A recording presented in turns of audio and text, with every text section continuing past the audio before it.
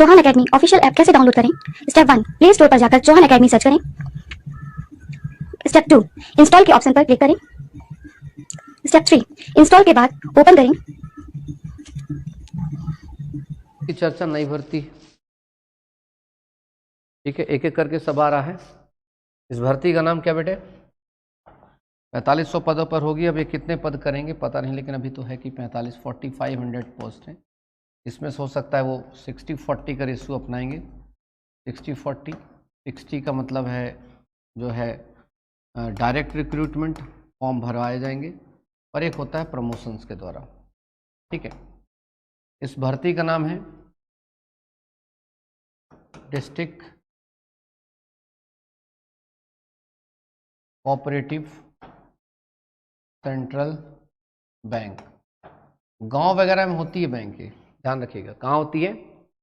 MP के शेर Chauhan sir, thank you so much. आइए, ये भर्तियां होती हैं, निकलती हैं, कहाँ निकलती हैं बेटे?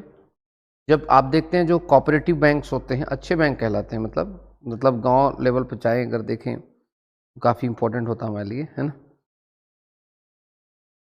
तो अगर चर्चा करें तो हमें कई सारी चीज़ें मिलती हैं।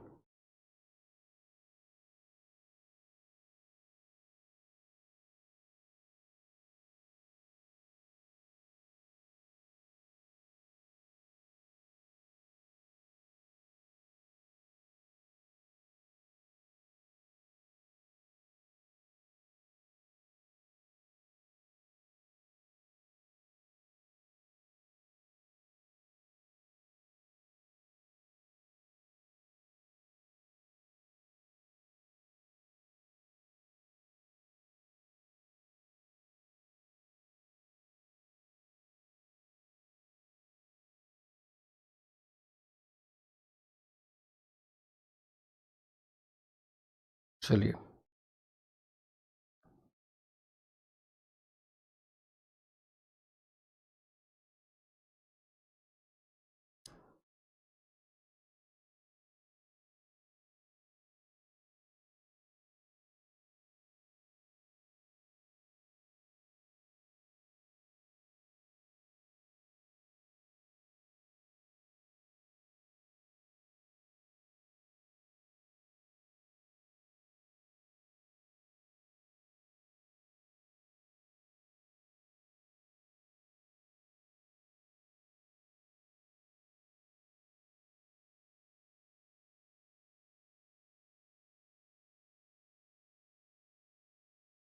थोड़ा सा डिटेल चेक कर रहा था इसकी, काफ़ी समझदार है।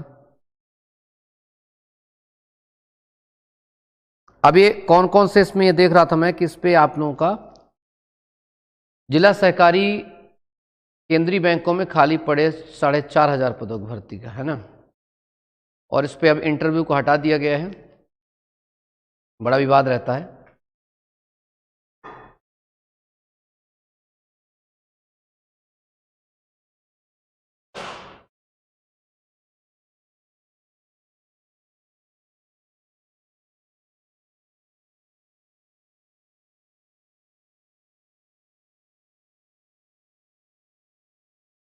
सहायक प्रबंधक की भर्ती है। चलिए, इसकी भर्ती है सहायक प्रबंधक, जिला सहकारी केंद्रीय बैंक, सहायक प्रबंधक। ये गांव वगैरह में होती है, ग्रामीण क्षेत्रों आप देखेंगे, वैसे जिलों में भी होती है, ऐसा नहीं है। तो जो थोड़े थोड़े ठीक ठाक से बड़े बड़े गांव होते हैं, ठीक है, वहाँ पर चीज़ें होती हैं। और इन लोगों ने जो नोटिफिकेशन में जो थोड़ा सा बहुत क्वालिफिकेशन की बात की, कंप्यूटर योग्यता हासिल करने के लिए, इनमें अगर नहीं हो तो कोई दिक्कत नहीं है, 10 के बाद भी आप सीधे 1 साल का कंप्लीट कर सकते हैं ना। चलिए,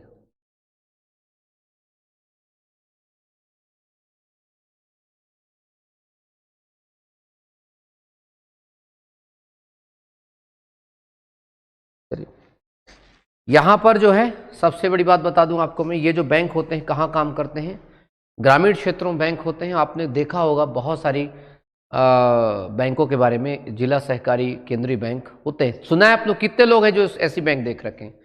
याद रखिए, जो ऐसा गांव जो थोड़ा कस्बा टाइप का होता है या थोड़ा बहुत दूसरे गांव से थोड़ा बेहतर गांव होता है, जहां पर ग्राम पंचायत होती है बड़ी स्तर पे, वहां पर जो है जिला सहकारी बैंक जो खोले जाते हैं, और जिला सहकारी बैंक में अच्छी चीजें होती है, जो किसानों को ऋण देना, किसानों का जो जमा कर लेना, ये सब चीजें करवाती है। ठीक है, जब कांग्रेस की सरकार थी तब ये इस प्रकार के नियम आए थे, आज से कई सालों पहले की बात है, और तब से लेकर के इसमें लगभग भर्तियां ना के बराबर होती है, हुई ही नहीं थी। ये अब जो है, मैं आपको बोला ना कि एक्चुअली इनको 1 लाख पद करने हैं, तो कहीं से भी निकालो 1 लाख पद निकालो।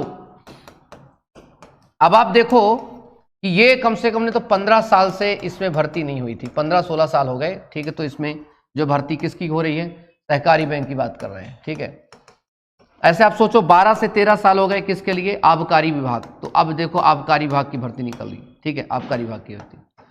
तो ये अब वो क्या है ना कि जो जंग पड़ चुका है पूरा, नहीं समझ रहे, पूरा जो सर मेरा सेक्शन हो गया सर, स्टेशन मास्टर, अरे सैलन पनावर बहुत बहुत बढ़िया, सैलन को भाई को भाई सब लोग एकदम कांग्रेस में बोलो स्टेशन मास्टर बन चुके हैं भाई, स्टेशन मास्टर बन गए हो, कौन सा स्टेशन मिला है, चलो सर मेरा सिलेक्शन हो गया सर स्टेशन मास्टर, बहुत बढ़िया, गुड, बहुत बढ़िया। सिलेबस क्या, अरे सिलेबस छोड़ो यार, सिलेबस की ज़्यादा टेंशन, मतलब तुम लोग सिलेबस की भी टेंशन लेते हो, सिलेबस क्या होगा, अरे वही है मैथ रीजनिंग इंग्लिश हिंदी जो पढ़ते हो आप लोग, वही है, क्या टेंशन लेते हो, इतनी ज़्यादा परेशान हो जाते हो आप लोग। ठीक, चलिए, तो ये sir MP high court KG 3 का कब तक होगा, अब ये 18 तारीख को DK कुमार 18 तारीख को, अब देखो इसकी क्या OBC मैटर पर क्या सुनवाई होती है, उसके बाद आगे चीज चलेगी, है ना। ये तमाम चीजें आपको रखना जानना है जी।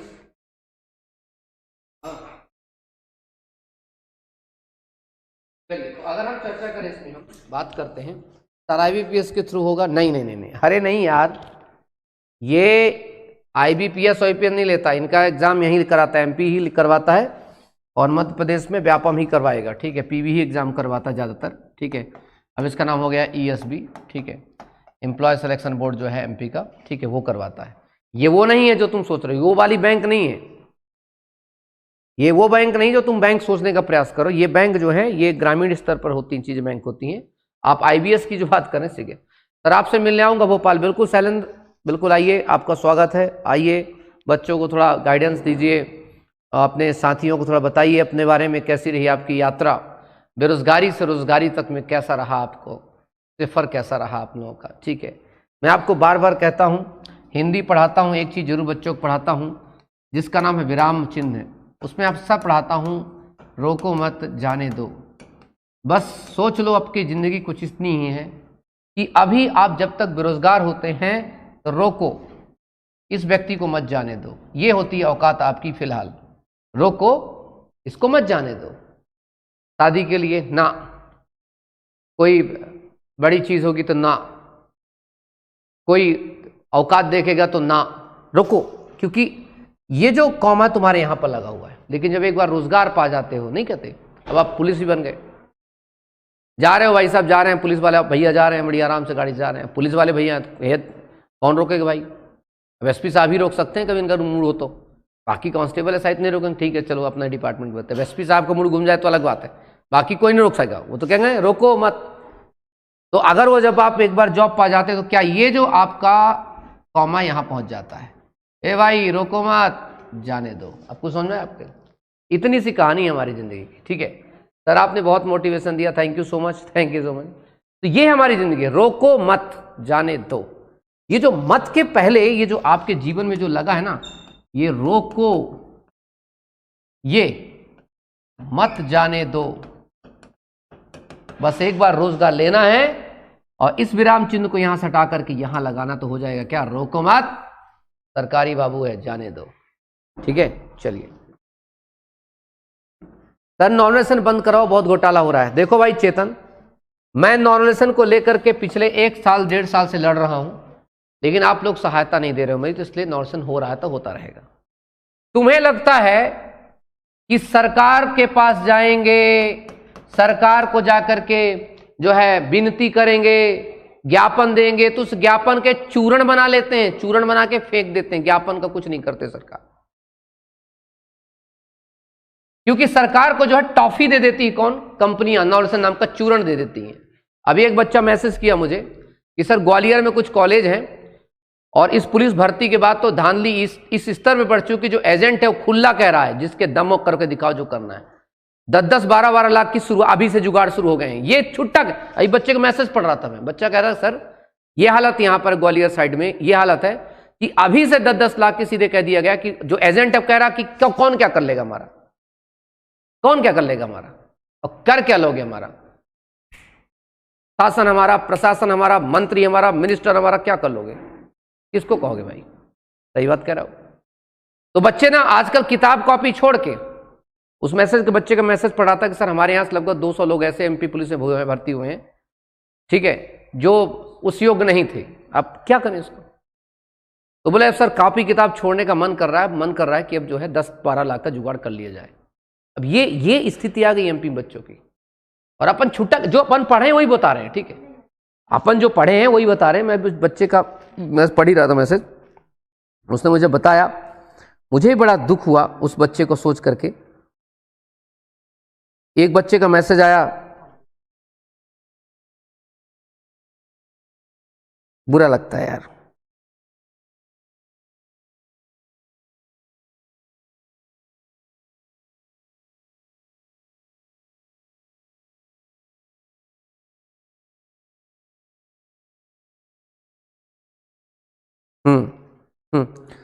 सर 2-3 कॉलेज तो ऐसे हैं जिन्होंने अभी से 10-10 लाख रुपए तैयार रख लिए हैं, अब पढ़ने का मन नहीं सर, पता होने के बावजूद अब क्या करें सर, ये हालत है।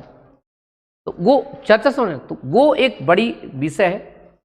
जैसे नॉमिनेशन के खिलाफ आपको सही, जैसे अभी भर्ती आई है, ठीक है, आप अभी भर्ती का रिजल्ट आया, तो भर्ती के रिजल्ट के बाद तुरंत 100, 200, 300 लोग मिलकर तुरंत क्या है कोर्ट की शरण लो, तुरंत कहीं से भी, लेकिन एक्सपर्ट वकील चाहिए, कम से कम तथ्य जज के सामने अच्छे से रख सके। ये दिमाग में रखना बहुत इंपॉर्टेंट है कि ये नॉमिनेशन है क्या, ये दानव क्या है, क्योंकि ये वो दानव है जिसने अच्छे अच्छों की जिंदगी को बर्बाद कर दिया, तबाह कर दिया इसने। चंद सेकंड का जज्बात बदल दिया, पॉइंट सेकंड के, अब कैसे बदला पॉइंट सेकंड खुद ही नहीं पता। मेरे पास इतने बच्चों को कि उनको पता है कि मध्य प्रदेश में अगर बाकियों को फोन करोगे तो कह देंगे सर अभी बिजी हैं। तो जितने के साथ समस्या होती है पूरे एमपी में, बच्चे सब मुझे ही संपर्क करते हैं। यही एक व्यक्ति है जो धर के अधरेगा, या फिर कोई भी हो, बाकी दूसरा टीचर नहीं कर सकता, उसकी वजह भी है, उसको पढ़ाना है, उसको बाकी चीज करनी है। हाँ, उसको उस टीचर को अगर बस ये बोल दो कि मैं आपके कोचिंग में पढ़ के सिलेक्शन लिया, तुरंत बोल देगा मैं, अरे तभी करता धरता हम ही है। और उसको जाके बोलो कि सर मेरे पास समस्या है, मुझे 1 नंबर से वंचित के कुछ मार्गदर्शन करें, नहीं बाहर जाओ, ये चीज चलती है। पर नहीं कहा था कि जब दुखियारों का सहारा, ठीक है, चौहान सर हमारा, अच्छा ठीक है, तो ये चीजें हैं। ये देखो सर नॉमिनेशन के कारण मेरे 6 नंबर कम हो गए और सर 2 से बाहर, 0.2 से बाहर कर दिए। अब समझ रहे हैं बात को? जिस पे गुजरती है उसको पता होता है। इस पे तो सख्त, मैं बता ना, सख्त इस पे कार्रवाई होनी चाहिए इस पे। और कमाल की बात इस बार क्या देखने को मुझे मिल रही हर बार, ये बताओ मेरे भाई, जब एक ही शिफ्ट के 2 लड़के एग्जाम दे रहे हैं तो भाई क्यों बढ़ा रहे हो? मैं मानता कि इस शिफ्ट के लड़के का मार्क्स अलग है, दूसरे शिफ्ट के लड़के का मार्क्स अलग है, चलो बढ़ा दो, घटक दो। यार मैं, राम और श्याम एक ही क्लास में बैठ के पढ़ रहे हैं, एक ही क्वेश्चन पेपर दे रहे हैं, एक ही टाइम पे दे रहे हैं क्वेश्चन, वही पंखा उनके नीचे चल रहा है, तुम कैसे एक को बढ़ा सकते हो घटा सकते हो? ये कौन सा नॉमिनेशन होता है भाई? हमें भी तो बताया जाए ये कौन सा नॉमिनेशन होता है? तुम लोग चिड़ी उड़ैया जैसे क्या देते हैं वो चीज दे दो। खैर आगे बढ़ते हैं, ठीक है। स्वरोजगार पोर्टल न्यू ऑप्शन नहीं आ रहा, आएगा, चलते कर। सर रिश्तेदार साथ छोड़, अरे साथ छोड़ने के स्तर मेरे भाई कोई बात नहीं, कम से कम जो भर्ती है वो तो भरो।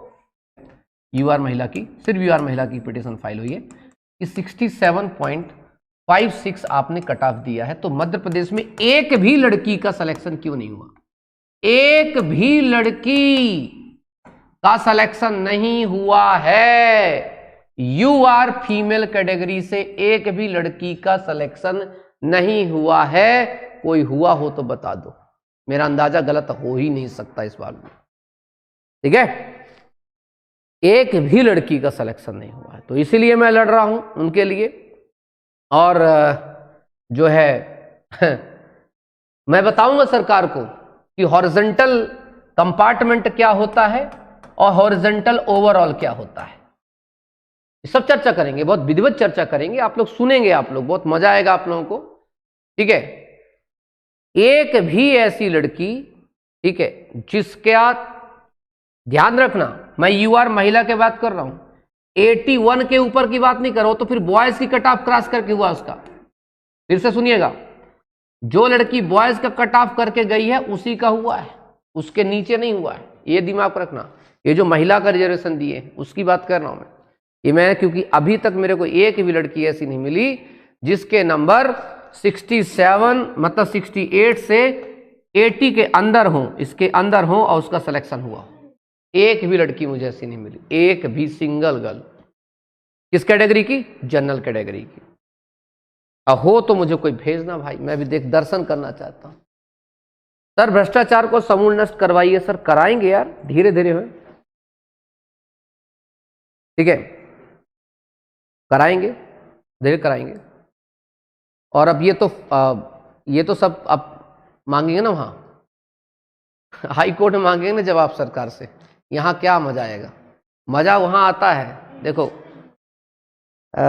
मेरे दादाजी अब नहीं है, जब थे तो अब उनकी, वो मेरी सोच में है। दादाजी कहते थे, देखो दिनेश, हमेशा याद रखना, कभी भी जब लोहा को काटो बेटा, तो कभी भी लकड़ी से मत काटना। बोला अच्छा क्यों? बोले अगर लकड़ी से काटोगे तो समस्या होगी कि लोहा कम कटेगा, लकड़ी टूट जाएगी। मैं दादाजी फिर बोले लोहा को या कि काटो तो लोहा से काटो। मतलब कैसे? बोला इस लोहे से धारदार लोहा हो या मजबूत लोहा हो तभी कटेगा। इसका मतलब यह सरकार लोहा है, हम युवा लकड़ी हैं। अब हम क्या जाते हैं इनको पास, आंदोलन करते हैं, प्रदर्शन करते हैं, ये लठ मार के हमें भगा देते हैं, हम चुपचाप बाहर आ जाते हैं। अब सरकार जानते हैं हम कि गलत रूल्स है, तो इस गलत रूल्स के खिलाफ इस लोहे को काटने के लिए एक महालोहा होता है जिससे कहते हैं कोर्ट्स। क्योंकि तय है कि सरकार के फिर नहीं कहते, वो फिर सरकार ही है, वो भी उसने जो कह दिया तो कह दिया। अब मैंने कोर्ट में एक सबसे बड़ी जो समस्या देखी है अभी की वकालत में, वो ये देखी मैंने छात्रों के साथ, ये मैंने भी नोटिस किया कि कोर्ट में हियरिंग बहुत दिन तक चलती है, लेट डेट। ऐसा क्यों होता है? मैंने ये भी देखा कि यही कोर्ट आधी रात को सुनवाई करता है। अब समझ बात को, यही कोर्ट बिल्कुल आधी रात को सुनवाई करता है, तुरंत जो है फैसला भी देता। तो बाकी चीजों पर ऐसा लंबा लंबा सिस्टम क्यों चलता था? तब मुझे पता चला कि उसकी सिर्फ एक वजह है। ठीक है,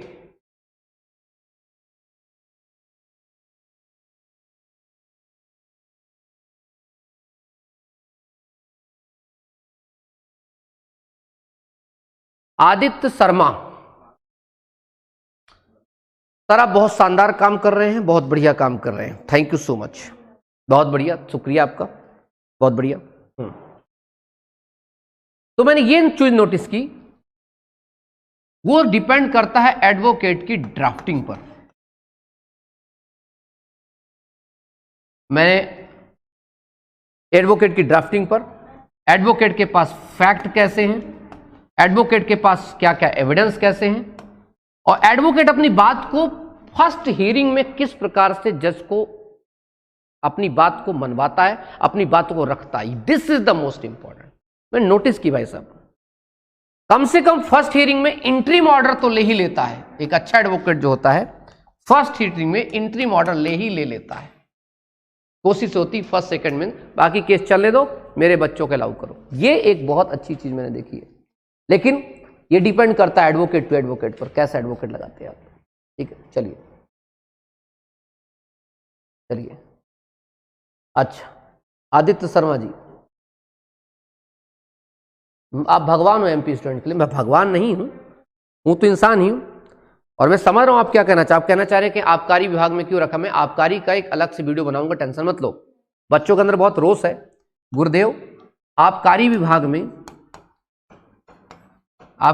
में इतनी कम भर्ती क्यों। और कम तो छोड़ो, मतलब जनरल कैटेगरी के लिए, ओबीसी कैटेगरी के लिए तो चलो ठीक, ओबीसी कुछ थोड़ा बहुत चलता है, जनरल कैटेगरी 4 भर्ती, मतलब क्या है इसकी। मैं एक अलग से वीडियो बनाऊंगा, ये क्या है और ये क्यों है, सरकार क्यों ऐसा कर रही है, इसकी पूरी वीडियो बनाऊंगा, टेंशन ना ले आप लोग, ठीक है।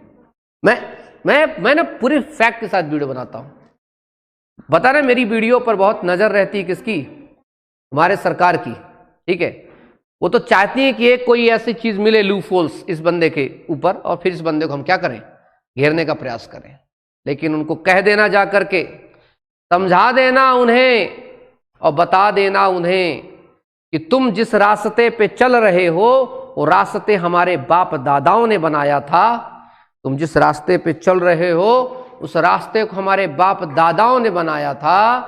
याद रखो, याद रखो, उन्होंने, तुम तो, याद रखो, तुम तो लुभाते हो, सपने दिखाते हो, झूठे वादे कराते हो, और हमारे उन बाप दादाओं ने उन रास्तों पर अपना खून पसीना बहाया था। मेरे खून में है, मेरे खून में है वो ईमानदारी, सच्चाई और इबारत लिखने की इस प्रदेश की। तुमसे क्या कहें, तुम आज यहां, कल वहां, कल कांग्रेस, परसों बीजेपी। तुमने जो भी आया है, जो भी कमाया है, बस एक ही काम कमाया है, कुर्सी के पीछे सब कुछ अपना गवाया है।